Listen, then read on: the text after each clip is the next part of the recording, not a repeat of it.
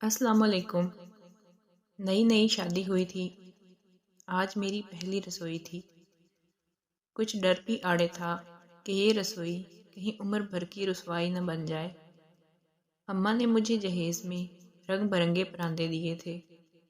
ساس جی نے دیکھے تو بہت خوش ہوئی۔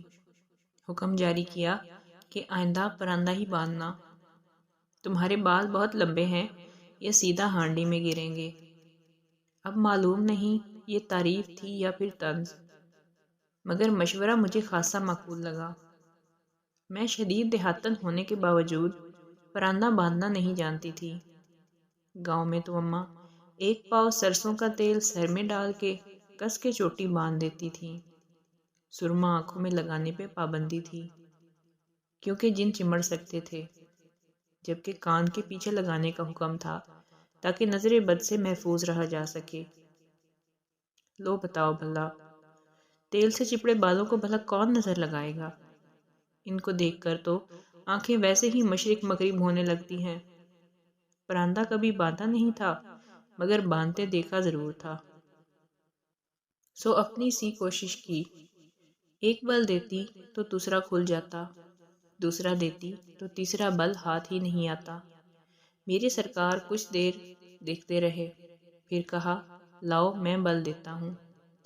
بل دیتے ہوئے مجھے پہلی بار کوئی ڈھنگ کا شعر سنایا، ورنہ ان کے سارے سنائے شعر آدھا مصرع میر کا، آدھا غالب کا اور اگلا مصرع خود کا جوڑا ہوا کچھ نہ کچھ ہوتا تھا۔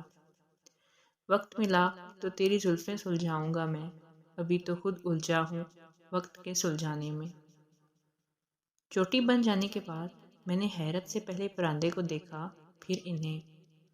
سرکار جھینپ کے بولے، کراچی میں ایسے ہی پراندہ باندھتے ہیں پگلی۔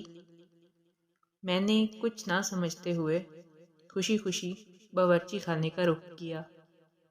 کھیر پکا کر ٹھنڈی ہونے کے لیے رکھی اور وہیں پہ قورمے کے لیے پیاز کاٹنے لگی۔ ساس جی باورچی خانے میں داخل ہوتے ہی بولی، تم نے پراندہ نہیں باندھا؟ باندھا تو تھا۔ میں نے ہاتھ چوٹی کی طرف کیے تو کھلے بال ہاتھ میں آ گئے۔